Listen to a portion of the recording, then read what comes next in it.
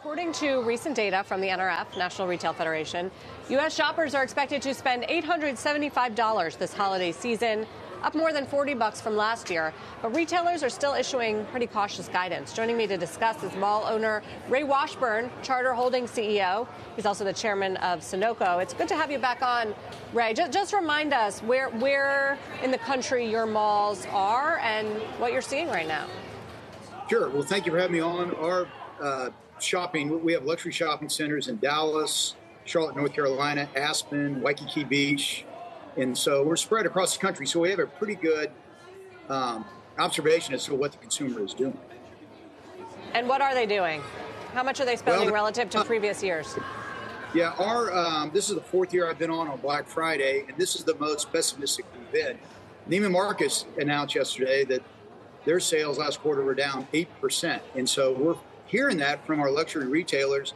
A lot of them that were expecting to grow stores next year in 2024 have pushed their growth back to 25 to 26 because their consumer is really starting to soften. We also have a very large restaurant portfolio. We've had negative same-store guest counts since the beginning of the year. So we really see people have tapped the brakes on spending, especially on the luxury side.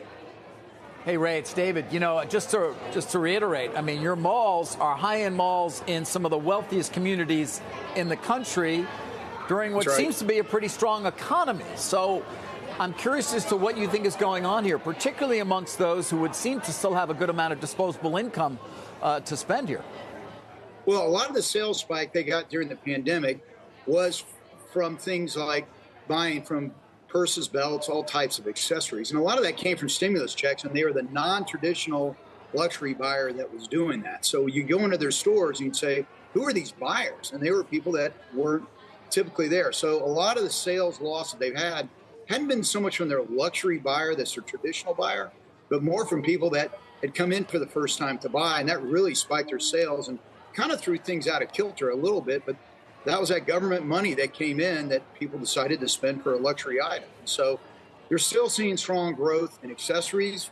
The softness is really coming from, the dresses and a little bit higher end things that they've got.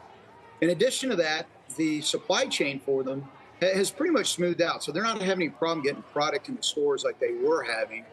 And so they've got product to sell. It's just the consumer numbers of people coming to spend money has really softened a lot. And we've seen that, like I said, everywhere from Aspen throughout to Dallas, Charlotte, and as you said, neighborhoods that normally hadn't seen that in a long time. Interesting, Ray. It's Carl. On commercial real estate, I'm curious, Morgan Stanley had a report earlier in the week titled Commercial Real Estate. Price decline is progressing better than our expectation. I wonder if you think that's true or if it's just elongating what's going to be the inevitable. No, we're out, but actually we're purchasing some shopping centers today. And what you're seeing is these mortgage rates have just absolutely hammered people. So anyone with debt coming up, this wall of debt that you hear coming is true. And people are just starting to throw their keys back. You're going to see a big acceleration in the first and second quarter next year of commercial properties getting thrown back to lenders. And the old saying of lenders don't want the keys back, they're setting up programs to try to partner up with other developers to take these things. But next year is not going to be a good year. Another data point, we just opened a restaurant in Houston last week. We were hiring for 85 positions. We had 700 people apply for jobs. So I think this entire unemployment rate is a big misnomer. I think it's a lot worse than people are making it out to be.